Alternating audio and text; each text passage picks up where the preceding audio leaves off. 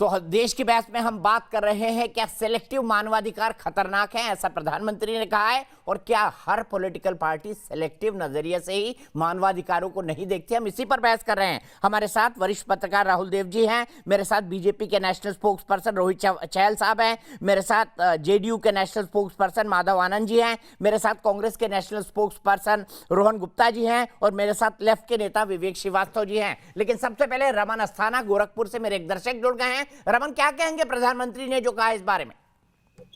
जो प्रधानमंत्री जी ने कहा एकदम सत्य कहा है। जो मानो की बात करते हैं कि सबके बात में होगा, एक तरफा ही हमेशा कार्य होता रहता है। हमारे पुलिस मर जाते हैं, सिपाही मर जाते हैं, बॉर्डर अफसर मर जाते हैं, इनको कोई तकलीफ नहीं होती है। लेकिन अगर कश्मीर में आतंकवादी मारा जाता है, कोई उग्रवादी मारा जाता है, तो कांग्रेस को, बीजेपी, कांग्रेस को, सपा को बहुत तकलीफ होती है। ठीक है, चलिए रमन जी, आप ही की बात को आगे ले जाता हूं। रोहित चहल मेरे साथ भारतीय जनता पार्टी के जुड़े हुए हैं। रोहित, रोहन जी ने कई सारे सवाल उठाए थे, क्या कहेंगे उस पर आप? देखिए, रोहन जी की जब बात सुन रहे थे, रोहन जी ने कहा कि हमारे कार्यकर्ता होंगे।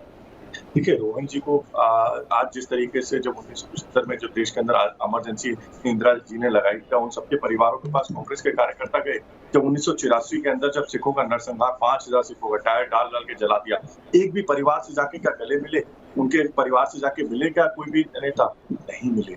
आप क्या ये दलित भाई की जिस तरीके से हत्या में देख रहा हूं स्क्रीन पे चल रही है, इस दलित भाई के परिवार से जाकर कोई कांग्रेस का कार्यकर्ता पूछेगा जिसको मारा जा रहा है राजस्थान के अंदर? कोई नहीं पूछेगा सर। और तो और आप छोड़ दीजिए, आप हिंदू मुसलमान भी छोड़ दीजिए, आप शहीद औरंगजेब जो इंस्पेक्टर जो सेना का जवान था, अयूब पंडित हो चाहे फिर उमर फारूक हो, उनके परिवार से जाके आप लोग आज तक मिले क्या? आपने देखा? लेकिन हाँ, आप किस तरीके से एक आतंकवादी के लिए रात को कोर्ट जरूर कांग्रेस पार्टी खुलवा देती है, किस तरीके से जो मानवाधिकार की दुकानें चलाते हैं वो किस तरीके से एक आतंकवादी के लिए यहाँ पर देश के अंदर दुकानें कोर्ट खुलवा देते हैं, क्योंकि सिलेक्टिव आउटरीच है। जिस तरीके से पालघर के अंदर साधु की हत्या हो जाती है, उस पर शांति मूड में नहीं जम जाती है।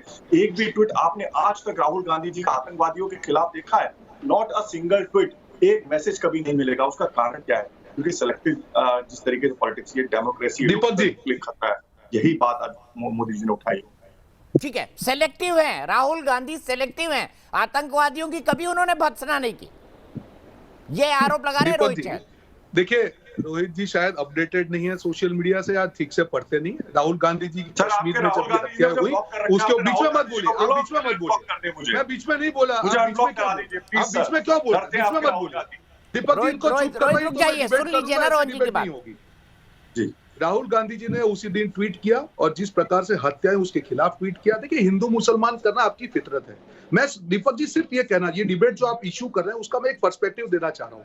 मानव अधिकार हनन की हम जो बात करें, उसकी जिम्मेदारी सरकारों की है। वो राजस्थान सरकार हो तो कांग्रेस सरकार ही, वहां गहलोत जी ने कहा नड्डा जी आइए, उन परिवारों को मिलिए, हम आपके साथ हैं, आप जाइए। क्यों कोई भाजपा का एक राष्ट्रीय नेता छोड़िए, वहां का प्रादेशिक नेता भी नहीं, क्या उनको मालूम है कि जो लोग उसके खिलाफ जिम्मेदार है उसके खिलाफ सरकार? बीच में मत बोलिए ना आप दीपक, रोहित जी ऐसे नहीं होती है डिबेट, मैं भी बीच में बोलूंगा, बीच में मत बोलिए please, this is not the way. Rohit रुक जाइए ना, रोहित जी खत्म करिए, कंक्लूड करिए, मेरे पास वक्त बहुत कम है। कोई तरीका नहीं है दीपक जी, सिंपल है कि जो सरकार है उसकी जिम्मेदारी है। लखीमपुर में क्यों प्रधानमंत्री जी का एक शब्द नहीं बोला? क्या वो सिलेक्टिव उनका मानव अधिकार की बात नहीं है? किसानों के ऊपर इतनी हत्या हुई, इतनी अफवाह, वो क्या मानव अधिकार की बात नहीं है? ये सिलेक्टिव करना, हिंदू मुसलमान करना, भाजपा के खिलाफ बोलना, ये सारी चीजें सिलेक्टिव ह्यूमन राइट नहीं है। मैं आप ही का सवाल ले जाता हूँ।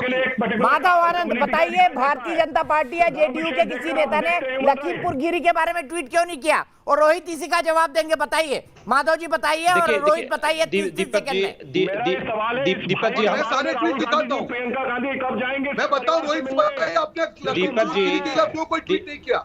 इसके बारे में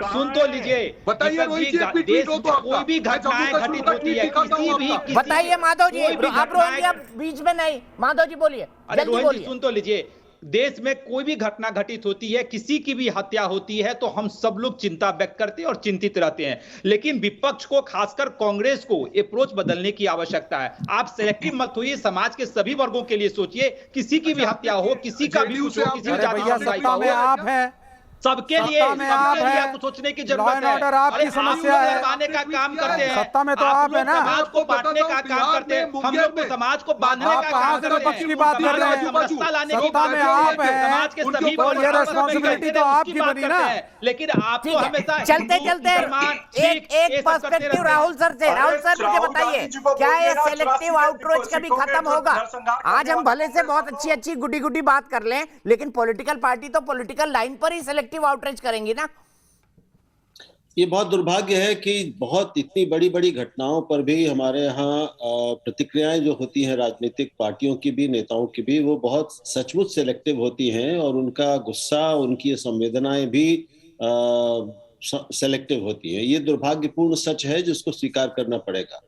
हमारे यहाँ धर्म के आधार पर, जाति के आधार पर, क्षेत्र के आधार पर, लिंग के आधार पर और तमाम आधारों पर मानवाधिकार हनन के इतनी घटनाएं होती हैं हर दिन कि पूरे देश में मानवाधिकार आयोग पर भी हमें कभी दीपक बहस करनी चाहिए कि क्या वो तैयार है इन सभी ऐसी घटनाओं की ठीक जांच करने के लिए, उनको न्याय दिलवाने के लिए। क्या वो खुद ठीक से प्रतिक्रिया करता है?